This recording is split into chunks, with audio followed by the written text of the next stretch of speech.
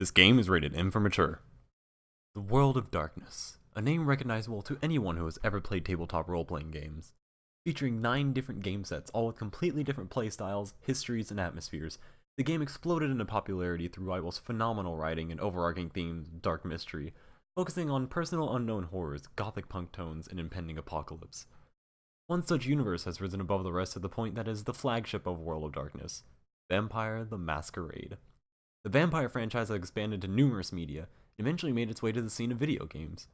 Following the less than stellar response to Nihilistic Software's Vampire the Masquerade Redemption after its June 2000 release, Troika Games was tasked with the development of another vampire game in late 2001. After a turbulent few years in development, the game, after being set a strict deadline for release by Activision, released incomplete on November 16, 2004. After similarly mixed critical reviews, the game has gained a cult following with immense fan support, being deemed by them as a flawed masterpiece of sorts. Myself, being a huge fan of the tabletop universe, I'm here to show you guys the game in full, and see if it lives up to the hype. And if it doesn't, well, as they say, c'est la mort.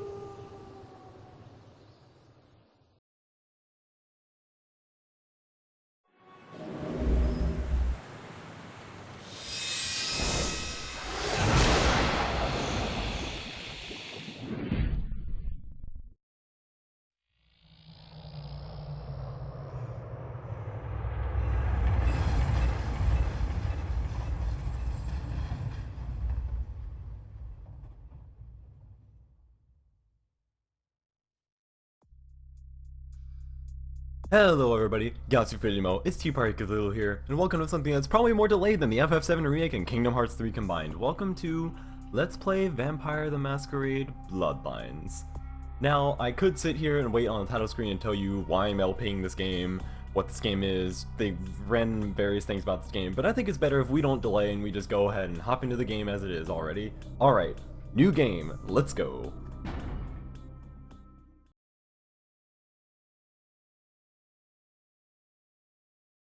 So, as with all tabletop RPGs, we start with character creation, everybody's favorite part. Character creation really is so much fun, just being able to just imagine up all these random characters and have them have all these different personalities and being able to play all of them. Roleplay really is something really cool. So, the first option, we can answer a series of questions kind of Pokemon Mystery Dungeon style about what kind of vampire we play, their attributes, their character, who they are, their clan, things like that. It might actually be a good idea if you're not familiar with World of Darkness at all, or you don't want to go through the complexity of making a character. It is really simple in this game, but if you just kind of want to have a really quick start and don't really care about who you play, you can do that. I've never personally done that. Or you can choose the second option, go directly to the character sheet and just do it all yourself. So, anybody who's familiar with World of Darkness to know that the entire vampire population, I guess, even though they're not really alive, I don't know you can say population for things that aren't alive, are divided into various different clans. They're kind of different bloodlines, they have different attributes, they have different mindsets, social structures, things like that. If you want to read more about this, there are plenty of World of Darkness books out there. In fact, I have my handy dandy 2nd edition's player's guide right next to me.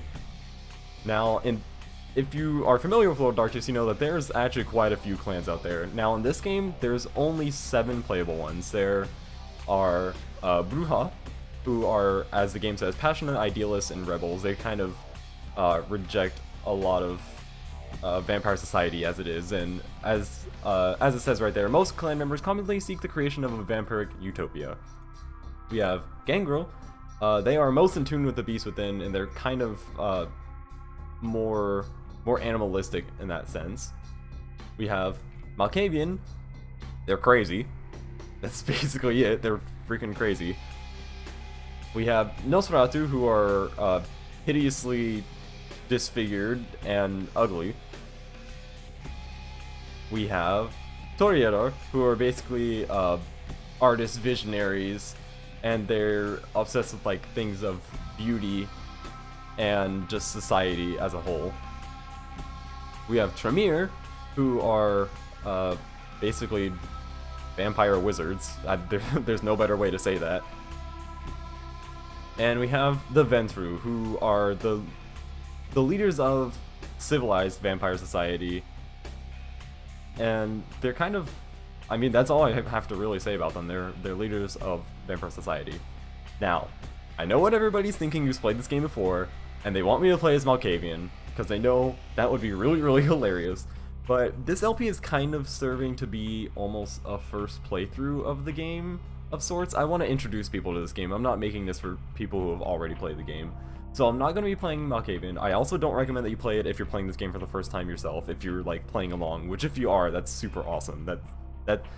That's cool beyond words that LPs can do things like that. Or if you're just playing it for the first time, like after watching this. I also do not recommend that you play Nosferatu because you're going to have to play the game in a very different way. It makes it significantly more difficult at some parts. Now, Malkavian I don't recommend because it's kind of hard to tell between a lot of the dialogue choices which one is like good and which one is kind of a screw you, like funny dialogue. And while it does hold a lot of the really brilliant and hilarious writing this game is really known for, the game is just as good without it, and it kind of breaks the tone for the game if you're not playing it, if you're playing this for the first time. Now, as for which clan I'm going to be playing, there was so much of deliberation of this LP was actually deciding which clan I was going to be, because before I was absolutely dead set on playing Malkavian because they are my favorite clan in World of Darkness. My two favorite clans are actually Malkavian and Nosferatu. I'm not going to be playing those for the LP for the reasons I just listed. So I had to choose between Bruja, Gango, Toreador, Tremere, and Ventru.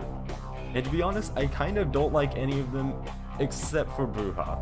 So I've decided for this LP that I'm going to be playing as a Bruja vampire. I actually have never done this. I have only played through the game as Malkavian, Nosferatu, and Tremere. Going to be playing as a male character. I know there are probably lots of people there who would want me to play as a female character, but I'm going to be playing as male character because the way that I do roleplay is I kind of make the characters more an extension of myself rather than somebody completely different. So I would probably prefer to be a dude in that sense. And now that we have our clan, our gender picked out, we can move on to the character sheet. Now, if you're not familiar with tabletop RPGs, this may look kind of complex, but it really is a lot simpler than it looks. Basically, you have your feats on the side, and this is what's going to determine if you're successful at doing actions. And for feats, it's going to take into account usually one attribute and one ability to basically determine, okay, do you have the actual like mental fortitude or physical fortitude, I guess, to be able to do this.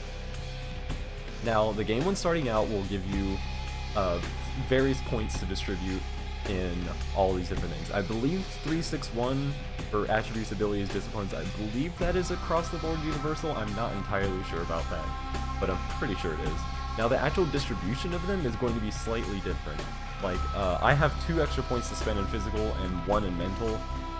I know if you're playing as Malkavian, you get 1 in social. So it's going to be a little bit different based on how you're playing if you're choosing not to play a Bruja like I am. So we get 2 physical points to spend.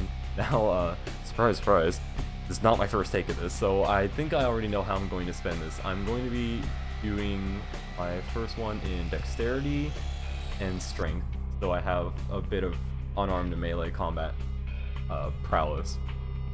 Now, my 1 point in mental, I'm going to be spending in intelligence, because I wanted to be able to intimidate people.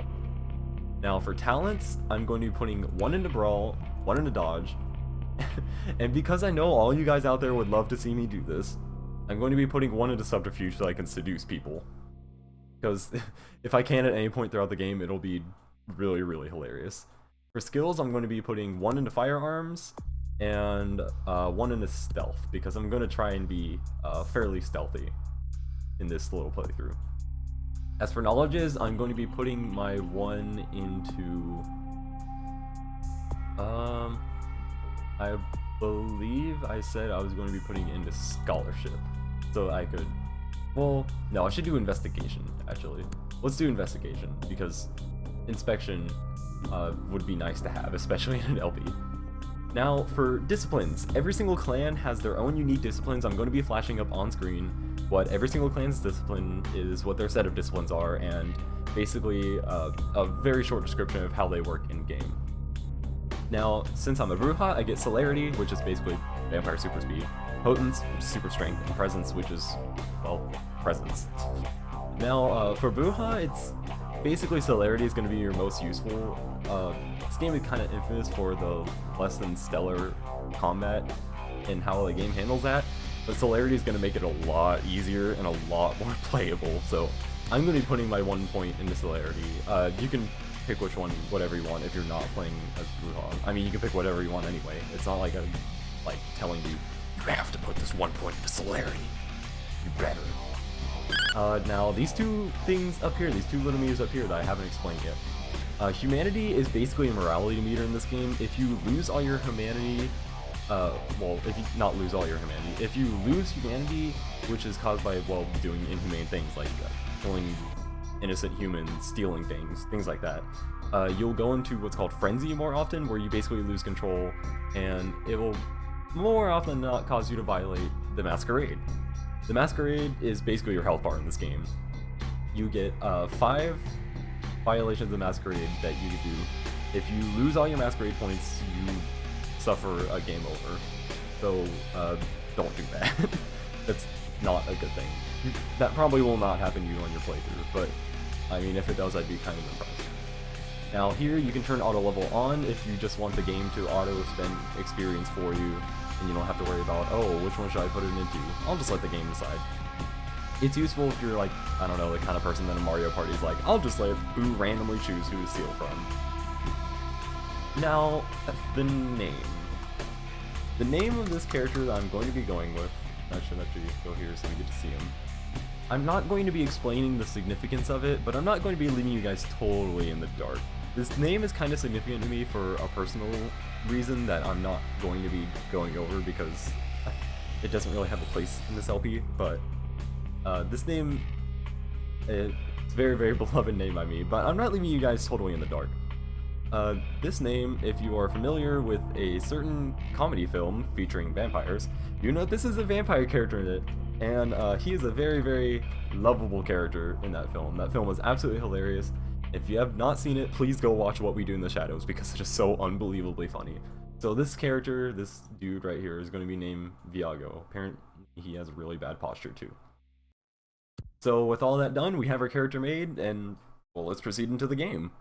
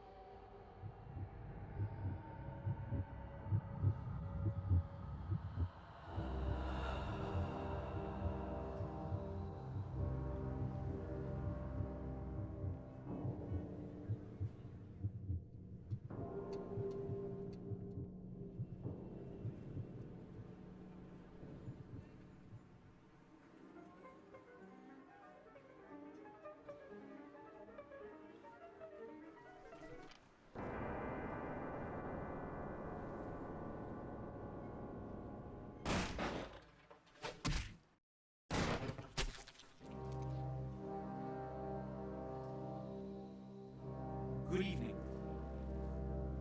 My fellow kindred, my apologies for disrupting any business or interfering with prior engagements you may have had this evening. It's unfortunate that the affair that gathers us together tonight is a troubling one.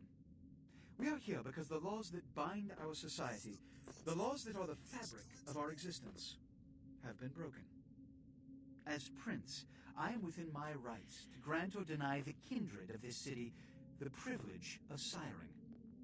Many of you have come to me seeking permission, and I have endorsed some of these requests. However, the accused that sits before you tonight was not refused permission. Indeed, my permission was never sought at all. They were caught shortly after the embrace of this child. It pains me to announce the sentence, as up to tonight I considered the accused a loyal and upstanding member of our organization. But as some of you may know, the penalty for this transgression is death. Know that I am no more adjudicator than I am a servant to the law that governs us all. Let tonight's proceedings serve as a reminder to our community that we must adhere to the code that binds our society, lest we endanger all of our blood. Forgive me. Let the penalty commence.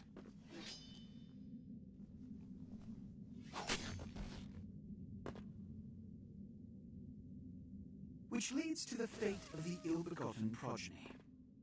Without a sire, most children are doomed to walk the earth never knowing their place, their responsibility, and most importantly, the laws they must obey.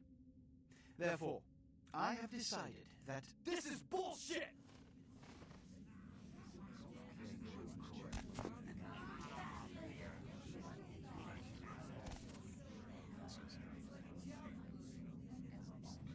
if Mr. Rodriguez would let me finish, I have decided to let this kindred live.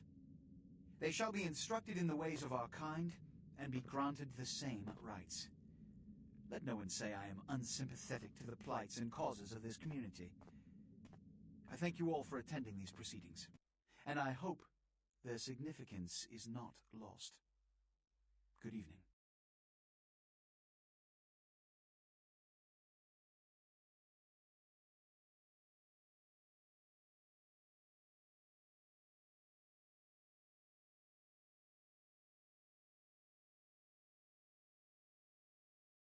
Your sire, tragic, my apologies. But you see, there is a strict code of conduct that all of us must adhere to if we wish to survive. When anyone breaks these laws, they undermine the well-worn fabric of our centuries-old society. Understand my predicament. Allowing you to live makes me directly responsible for your subsequent behavior. So, what I'm offering is not generosity, but the opportunity to transcend the fate woven by your sire. This is your trial. You will be brought to Santa Monica. There you will meet an agent by the name of Mercurio. He will provide the details of your labor.